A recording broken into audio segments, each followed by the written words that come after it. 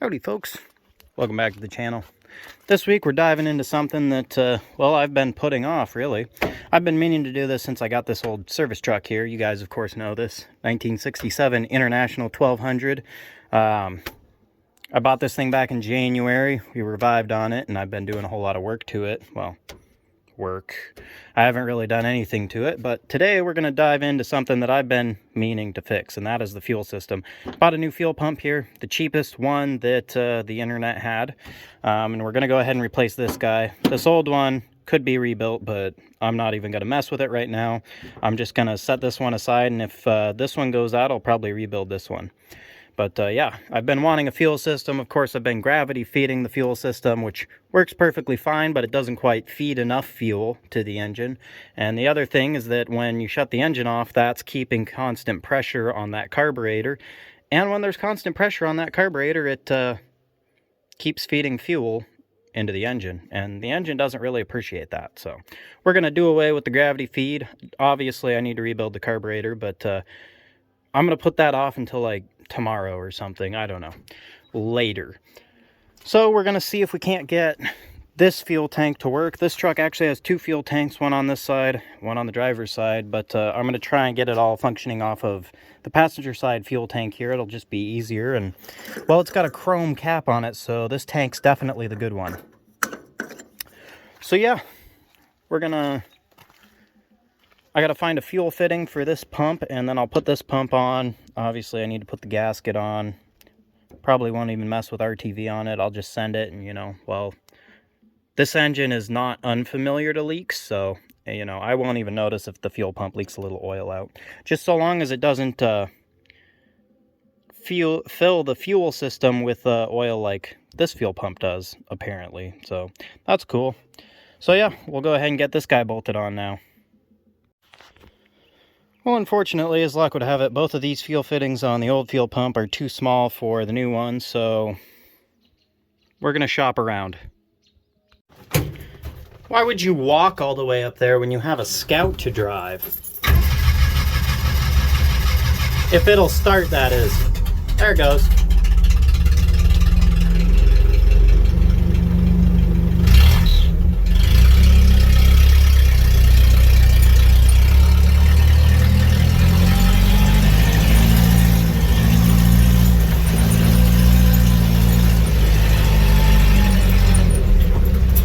Here we are. Alrighty, here's what I came with out of the engine pile up there. I think I'm gonna slice this guy off somewhere right about there, and we'll just shove a hose on and a hose clamp, and that'll run up to the carburetor, I think, or at least based on the way it's running my step side, that's the way these fuel pumps are supposed to be run. So we'll go ahead and get this guy hooked up. Already got the new fuel pump thrown down there. You can see it because it's the only shiny thing on the engine. And then we'll get this guy on, and then we'll see if that fuel tank's any good.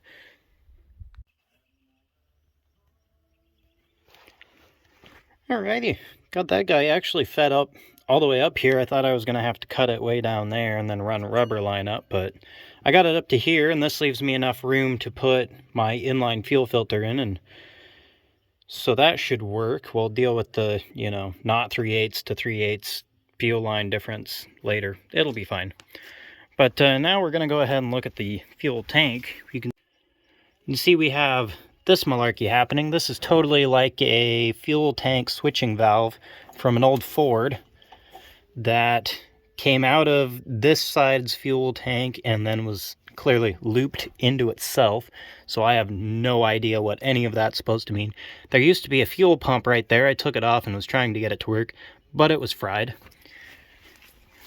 And I just pulled this line off the tank right now, and you can see nothing came out, so that's a good sign because I didn't spill fuel everywhere, and well, B, there's nothing in there. So we'll go ahead. I think I'm going to dump a gallon of gas in here, put a coffee can under here, and see if anything comes out of there.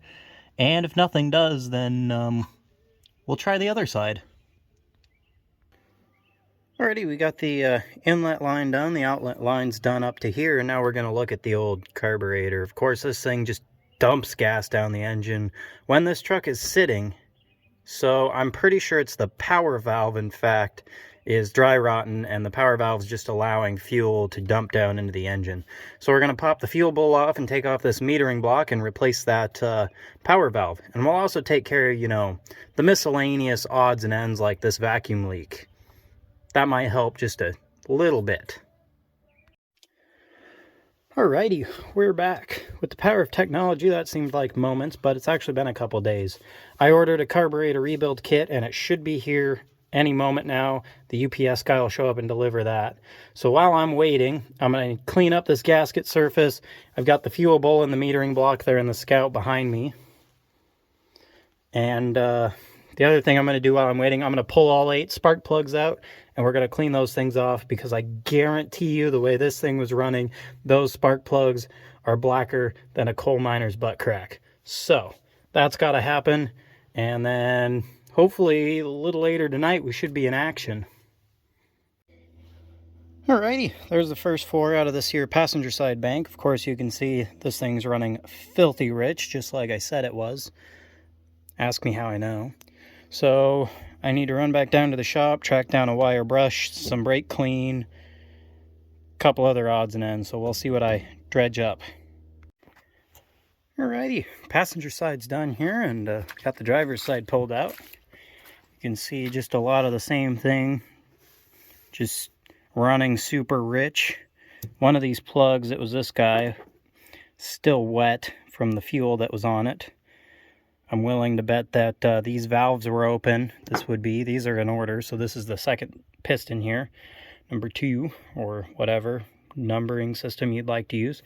That one, the valves were probably open and the carburetor dumped fuel and it just went right in there. So the same thing, I'm going to wire brush these guys, clean them off with the brake clean, let them dry, and we'll poke them back in.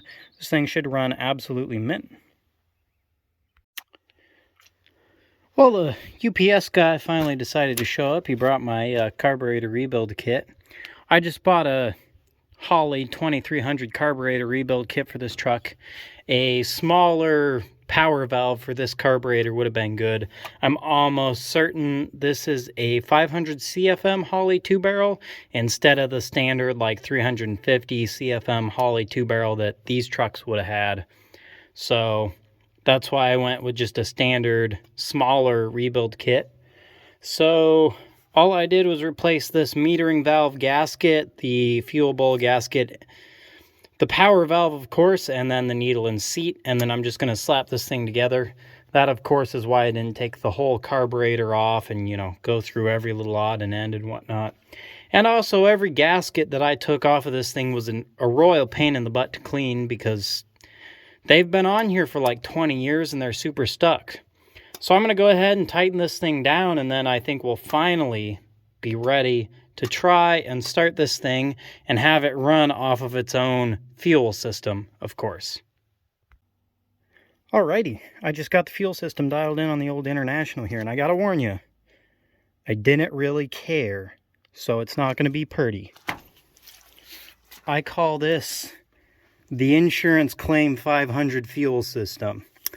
Now, I didn't have enough 3/8 rubber hard line or rubber fuel line to run from here to here, so I just used another fuel filter I had and made this wonderful concoction of hose clamps and death.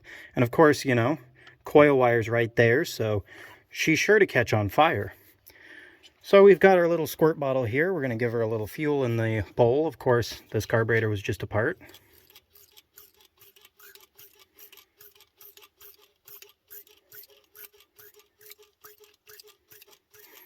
That ought to do. I will need to set the float level here soon. We'll set this guy over here so it doesn't fall on the ground, even though it's going to fall on the ground anyways. Should probably have a gander at the oil. Looks good. Alrighty. Battery's hooked up. We'll try this thing out. Hopefully that fuel pump can get the fuel out of the tank. I guess that door catches now. That ought to be neutral.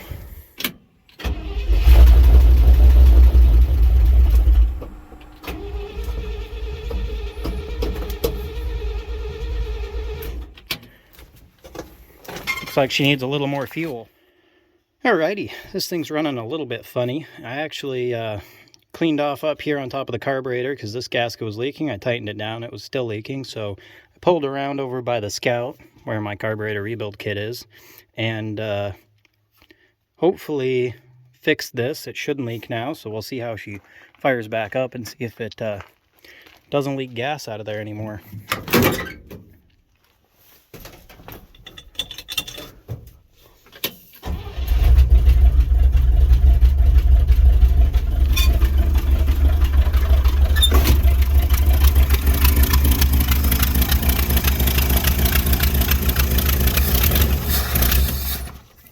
Oh, my choke is closed. That'll explain it.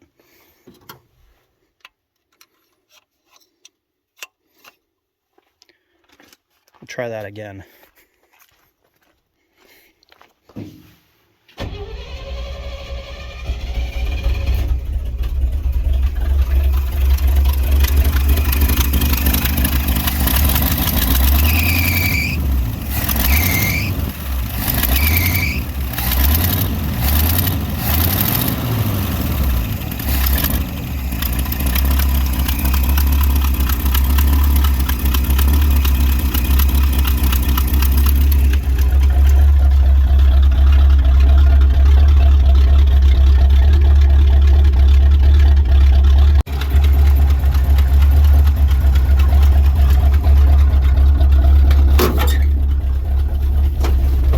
Well, we've got 16 lifters under here that are just giving it their all, an exhaust leak that gets worse as time goes on, but I think she might actually have a little bit of power now.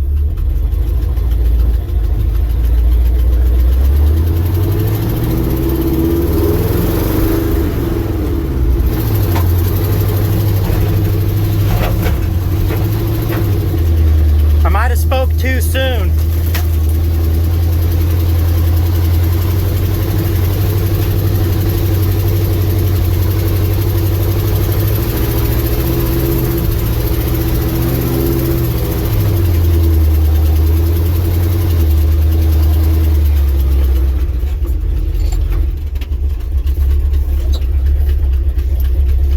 The brakes definitely work though, so that's mint.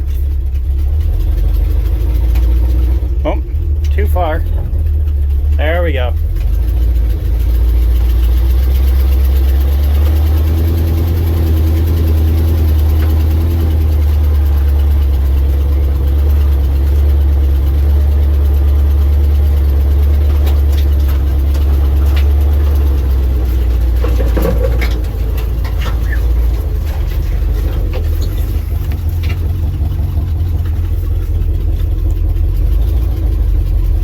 Oh yeah, I just put that mirror on, so let's wipe it right off.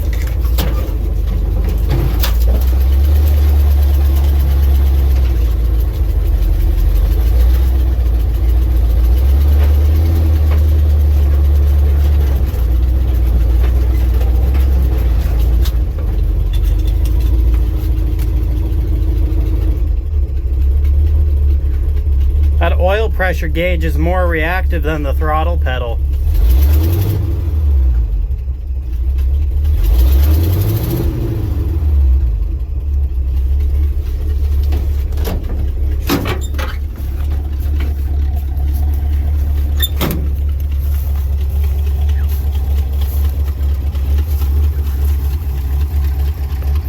Not too shabby for a $400 corn binder.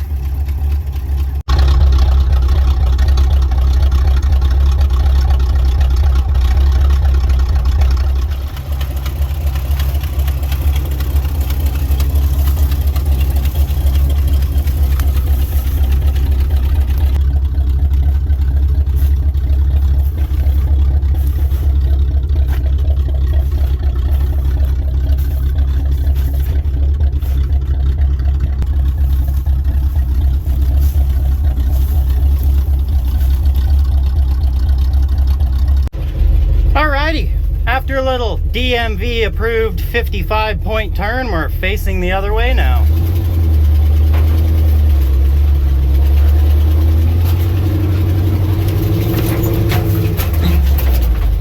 Well, there's There's a really cool beacon on the roof of this truck. I should be careful.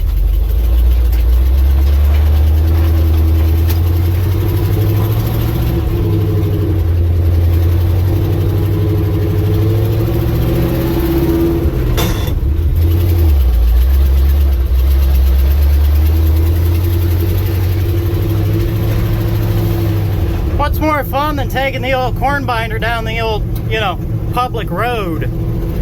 Speedometer definitely does not work on this thing, which is not cool. For four-wheel drums running on a single pot master cylinder, these brakes are surprisingly responsive.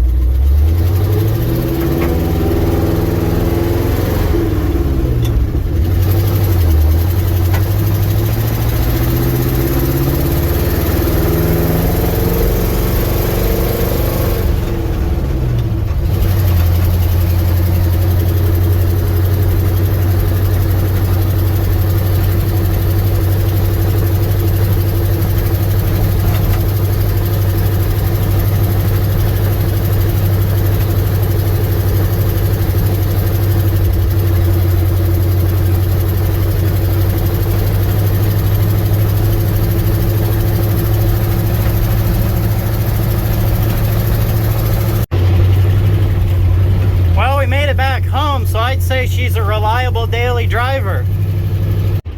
We appear to have lost something in the driveway though. The last of the snowbanks.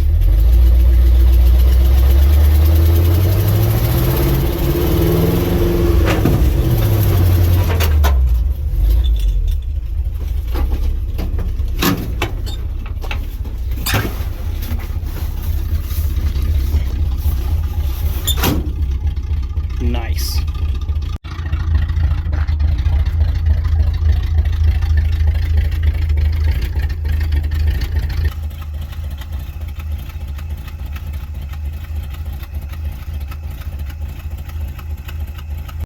Well, let's see if she'll back out of this snowbank now. Oh.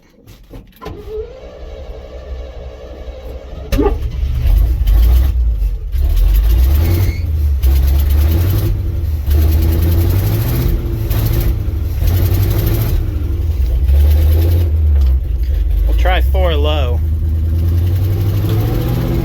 Oh, there she goes.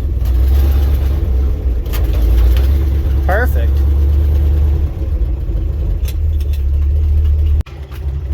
You see, by just plowing into a snowbank, you can identify any leaks that your engine has. Like, she's probably leaking a little bit of oil. I don't know what that red patch is. Probably just rust off the leaf spring. Yeah, I'd say she's a healthy motor given the old snow diagnosis. Extra cooling.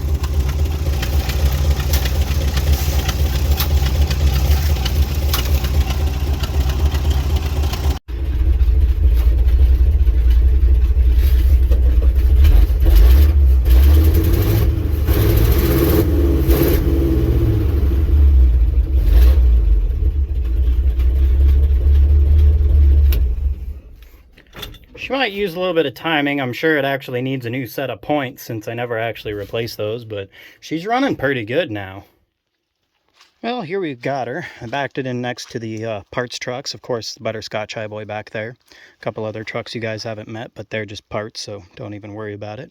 But yeah, fresh carburetor rebuild. I just replaced a couple gaskets and did the needle and seat and the power valve, which were very important, and I think helped this thing run a lot better. And of course the fuel pump, this thing is running 100% on its own now, so I no longer have to worry about a gas can on the roof and all that malarkey. This thing will be turnkey when I need it to be, which is kind of what I'd like, or at least mostly turnkey. If I have to throw a battery in, away she goes. This thing's just a yard toy, so that's all right. Of course, I like these clear fuel filters like this. I can see how much gunk is coming out of the tank into it. Actually, that tank's surprisingly clean. I expected a lot worse. So that's cool. I gotta grab that battery. I'll just leave the hood open. But yeah, she's running great. She's running on her own. I took her, is probably going about 30 miles an hour down the road there, so I'd say she's pretty reliable. Next thing's next. We got to wash this thing up, put gin pulls on it. I want to fiddle with the timing a little bit, see if I can't dial this thing into running just like a Swiss watch, but that's all down the road. I'm happy with what we got accomplished this week. The old service binder is running good, so until next time, thank you guys for watching. I really appreciate it, as always. And, well, if you enjoyed it, you know, I do all the stuff with the things and the whatnot and the YouTube and all that. So thanks a lot. Until next time.